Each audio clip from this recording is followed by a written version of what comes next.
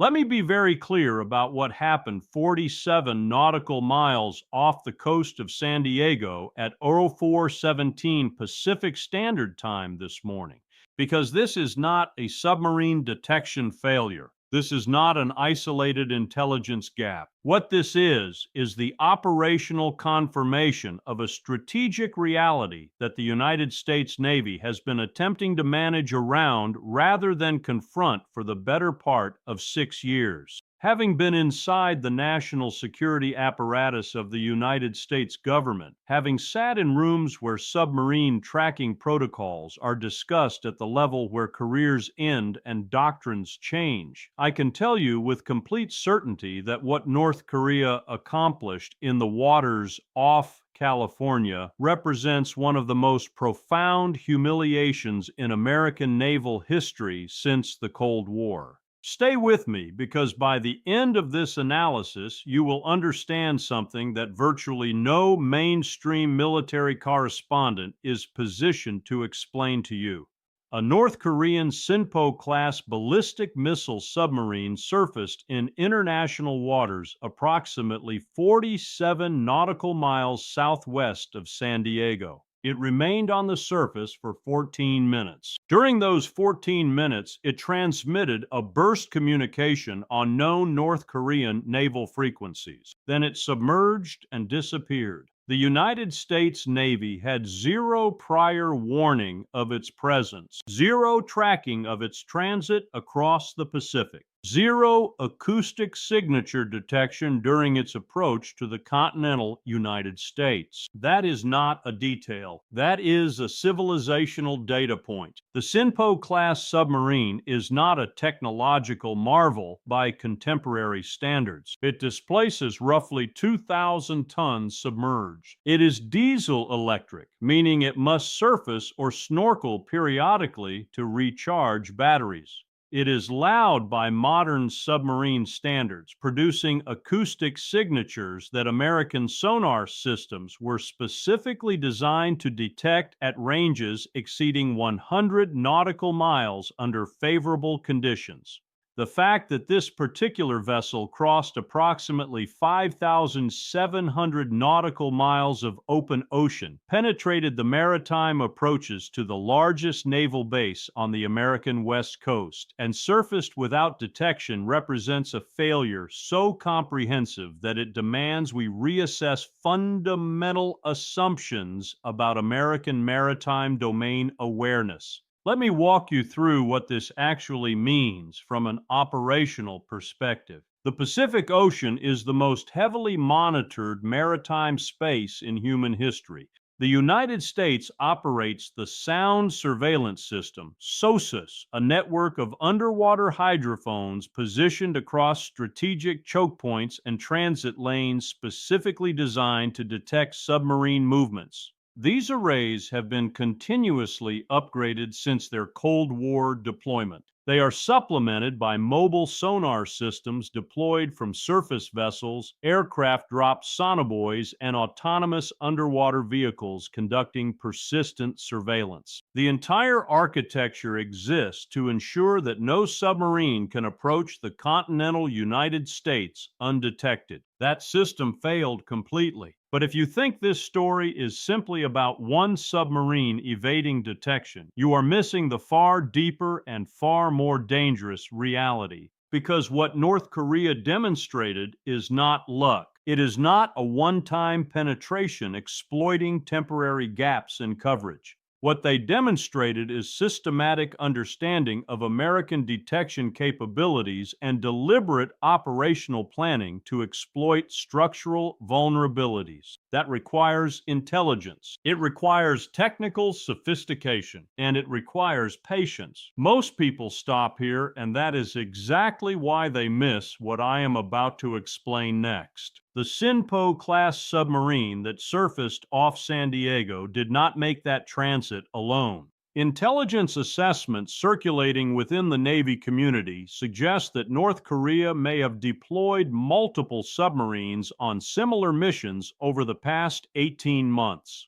The reason we know about this particular surfacing is because North Korea chose to surface. They chose to transmit. They chose to be detected. This was not a failed covert operation. This was a demonstration. Think about the strategic logic underlying that decision. North Korea possesses a submarine capability that can penetrate American maritime defenses. They could have used that capability covertly, positioning assets for potential future strikes without revealing their hand. Instead, they surfaced 47 miles from San Diego and effectively announced their presence. That is a message. The message is this: we can get here, we can get this close, and your systems designed to prevent exactly this scenario failed to stop us. Now, let me explain why this matters beyond the immediate tactical humiliation. The United States nuclear deterrence posture rests on two foundational pillars. The first is the Intercontinental Ballistic Missile Force, land-based weapons that can strike any point on Earth within 30 minutes. The second is the Ballistic Missile Submarine Force, stealthy platforms that patrol the oceans carrying nuclear-tipped missiles capable of surviving a first strike and executing retaliation.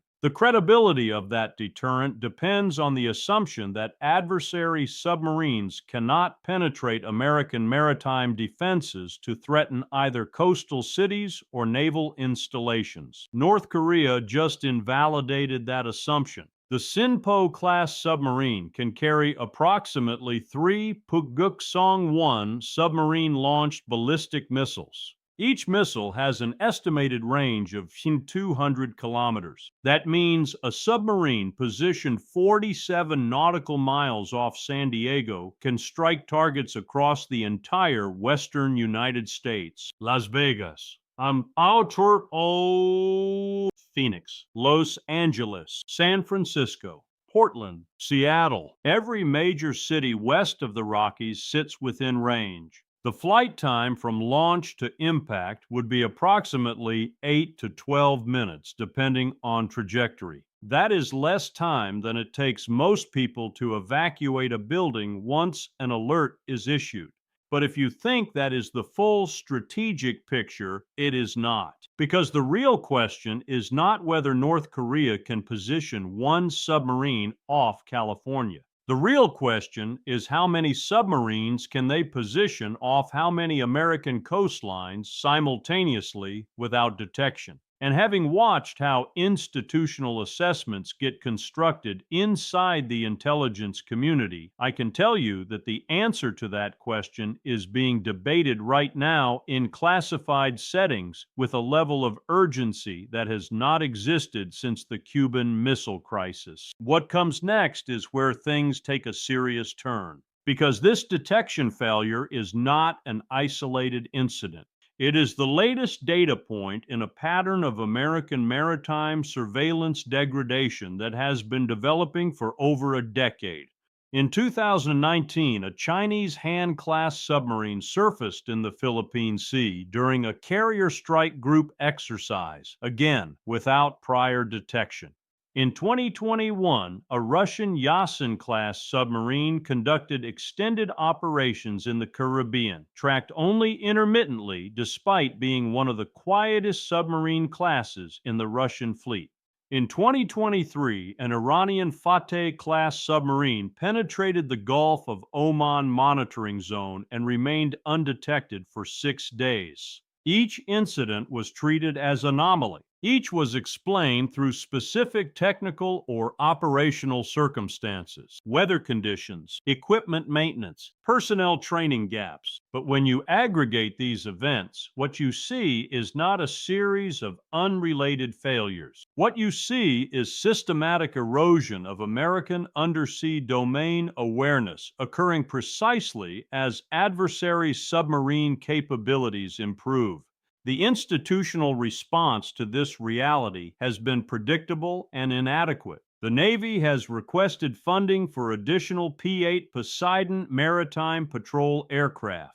They have accelerated development of the extra-large unmanned underwater vehicle program designed to provide persistent autonomous surveillance. They have upgraded sonar processing algorithms to improve detection of quiet submarines. These are all reasonable technical responses, but they fundamentally misunderstand the nature of the problem. The problem is not that American systems need marginal improvement. The problem is that the entire conceptual framework underlying American maritime surveillance was designed for a different era. SOSUS was optimized to detect Soviet nuclear submarines transiting predictable choke points during the Cold War. Modern diesel-electric submarines operating on battery power in littoral waters present entirely different acoustic signatures.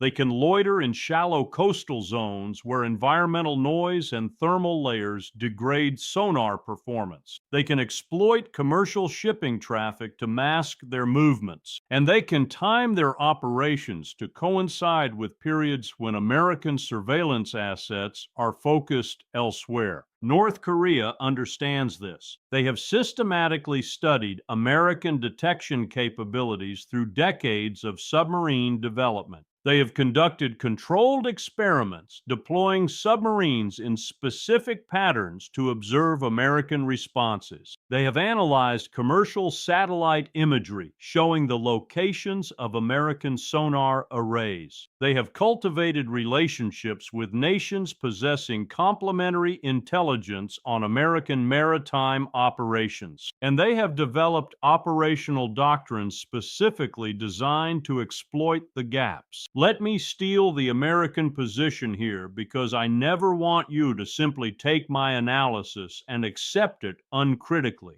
The counter-argument would go something like this. North Korea surfacing a single submarine off California is a propaganda stunt with limited military significance. Even if that submarine launched its full missile complement, the United States possesses comprehensive ballistic missile defense systems capable of intercepting those weapons. The strategic balance remains overwhelmingly in America's favor. The detection failure, while embarrassing, does not fundamentally alter the calculus of deterrence. That argument is superficially compelling. It is also dangerously wrong. First, the ballistic missile defense systems protecting the American homeland are designed to intercept long-range missiles approaching from predictable trajectories over the North Pole.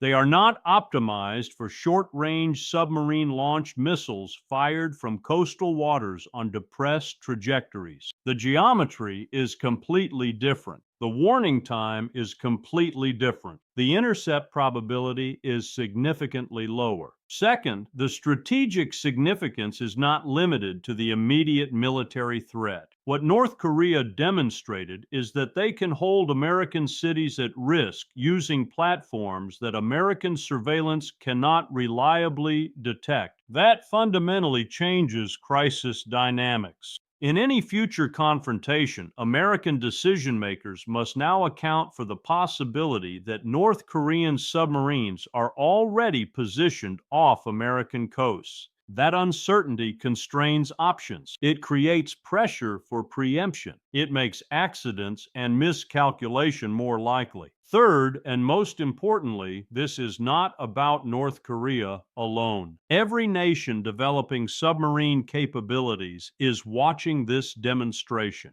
Iran is watching. China is watching. Russia is watching. They are learning that American maritime domain awareness is not what it was. They are adjusting their own operational planning accordingly. The precedent being established here is that advanced submarine operations near American territory are feasible without detection. That precedent will be tested again and again and again. Most people stop here, and that is exactly why they miss what I am about to explain next. Because the deeper strategic question is not about submarine detection.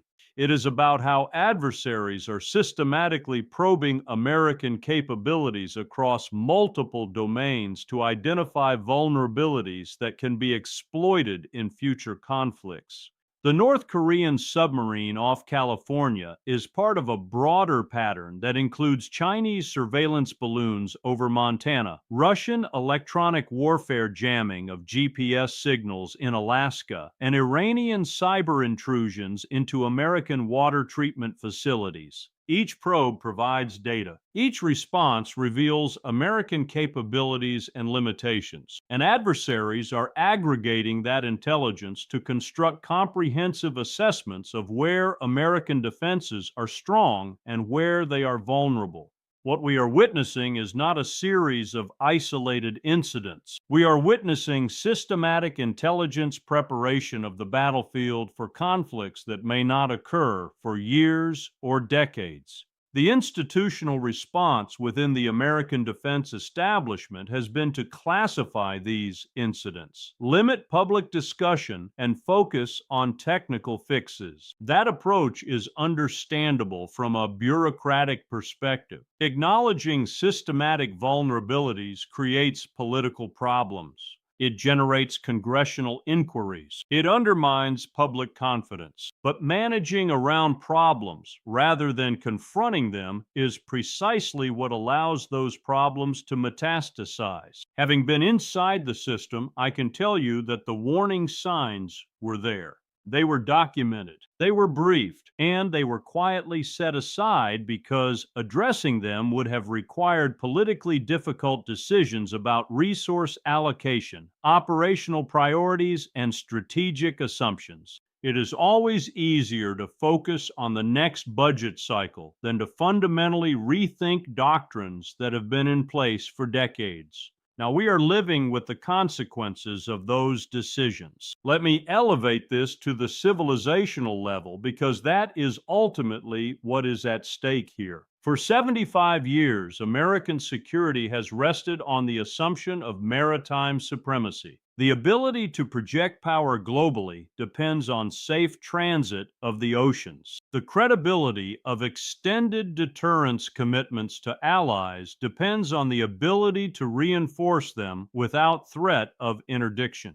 The entire architecture of American global influence is built on control of the maritime commons. That control is eroding, not through dramatic military defeat, not through sudden technological breakthrough by adversaries, but through gradual degradation of the surveillance and detection capabilities that enable maritime domain awareness. The North Korean submarine off California is a symptom of that erosion. It is a data point in a larger pattern of adversaries learning to operate in spaces that were previously dominated by American capabilities. What comes next depends on decisions that have not yet been made. The United States can continue managing around this reality, making incremental improvements to existing systems while hoping that detection failures remain rare enough to avoid crisis. Or it can confront the fundamental truth that the maritime surveillance architecture designed for Cold War choke point monitoring is inadequate for the contemporary threat environment of quiet diesel-electric submarines operating in littoral waters. Confronting that truth would require uncomfortable acknowledgments. It would require significant investment in new sensor technologies, new operational concepts, and new international partnerships. It would require accepting that American maritime supremacy is not a permanent condition, but something that must be actively maintained through adaptation to changing threats. I have been waiting for Washington to find that realism for years. I am still waiting. What I know with certainty is this: North Korea did not surface that submarine off California by accident. They did it because they could, and because they wanted the world to know they could. That message has been received in Beijing, in Tehran, in Moscow, and in every capital calculating the risks and benefits of challenging American power.